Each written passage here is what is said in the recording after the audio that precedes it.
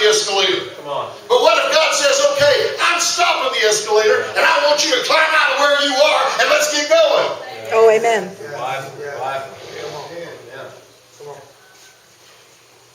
See, God's will is not for us to be stuck on an escalator, and we're looking at it going, how stupid. All they have to do is just climb 5 or 6, maybe 7 more steps, and they're out of that situation.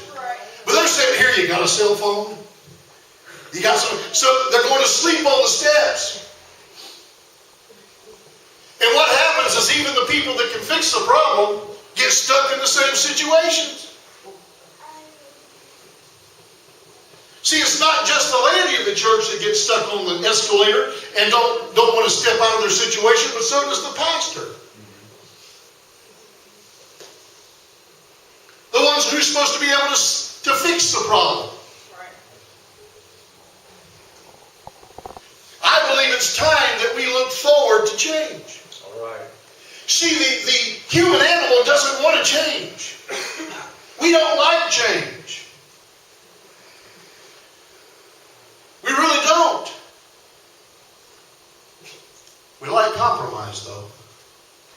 Because change always costs us something. Compromise, it costs us something, but we think we're getting something. Big difference.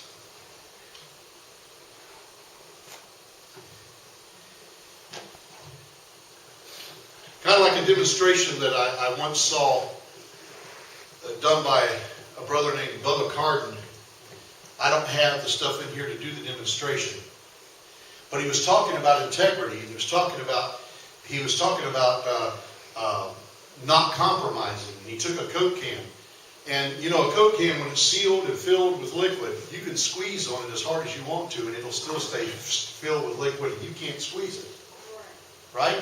Though the can is paper thin. But you can't squeeze it because of the law of hydraulics. You'll sit there and it won't give.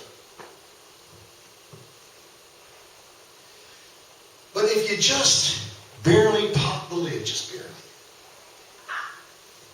and you start to squeeze it, it'll take you a while because it's barely popped, but you'll be able to eventually squeeze that because the liquid can come out. Now, if it's empty, you can squeeze it real easy. We wonder why we're having some of the problems that we're having in our lives. It's because of compromise. We compromise with the devil, and he sits here, our seal gets popped, and he's sitting here going, we're sitting here going, I'm okay. Yeah, I'm good. But it's not until we're all crumpled up and squeezed into nothing that we begin to realize, oh, I'm not so good. My friend, if brother so-and-so, if brother Taylor has compromised his stand with God, don't you compromise your stand with God. That's right. Yeah. I've heard people say that, well, sister so-and-so does it. Good. Why can't I do it? Brother so-and-so goes there, why can't I go there?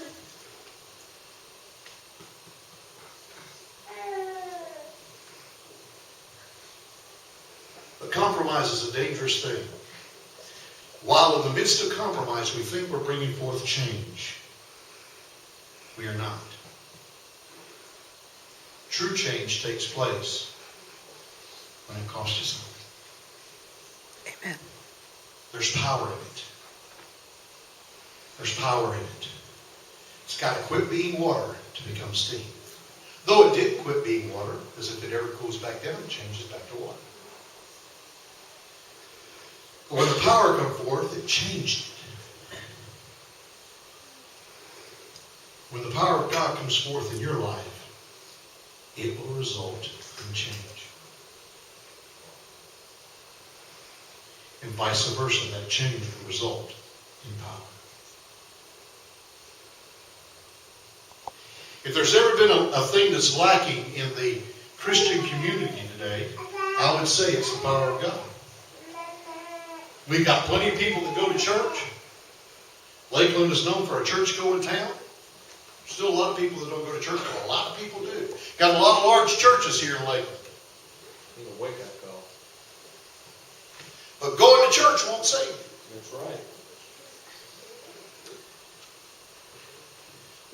changes you, what saves you is the change that Jesus Christ begins in your life. And you allow it to continue, because you can put a stop to it. Not a change of compromise. So, hey, if you just do this, I'll give you this. Well, that sounds pretty good. That'll take care of my problems. I won't have any needs anymore, you know. All my financial needs be met. All of this will be met, or all of that will be met. Or maybe I can retire real early, or I can do this, or I can do that. But we had to compromise to get it.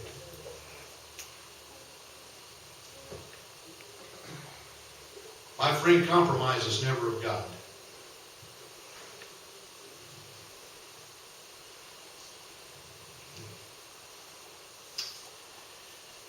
He doesn't compromise.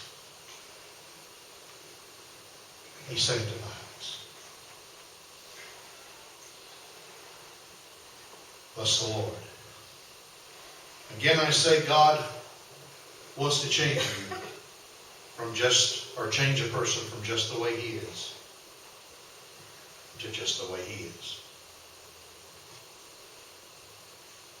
Are we willing to change?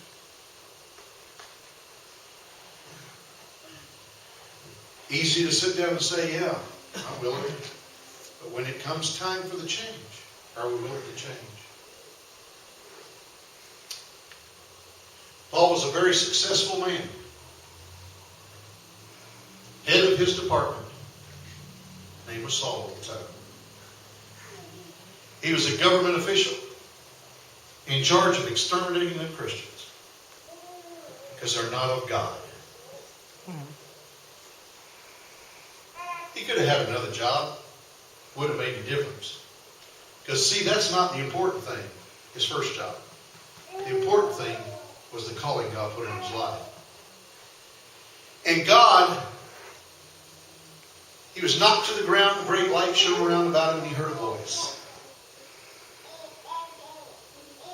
God spoke to him.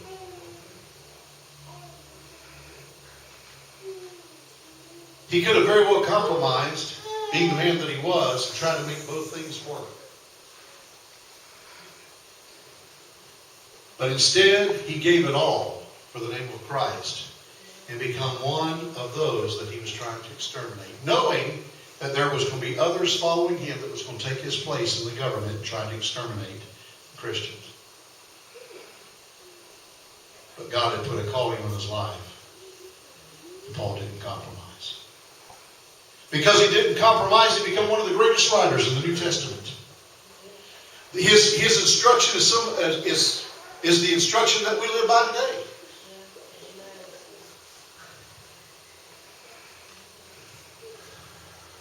Yet if he'd have been this great official, government official, that was exterminating the Christians, he'd have soon been forgotten.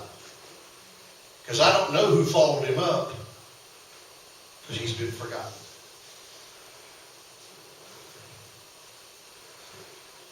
But he gave himself to the Lord.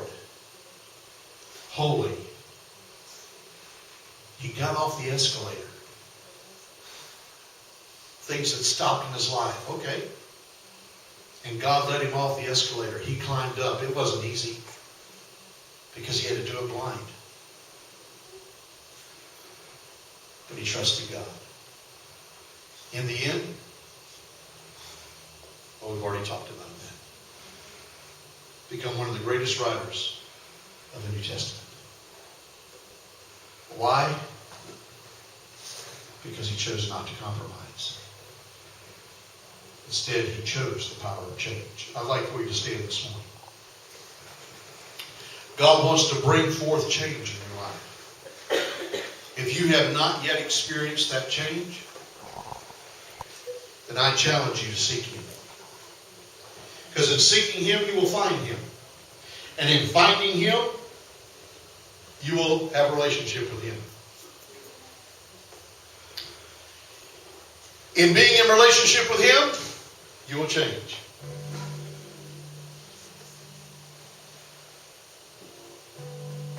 Paul said that I might know him in the power of his resurrection. See, what was he saying? He was saying that one day this flesh is going to change into incorruptible. I want to know him that way.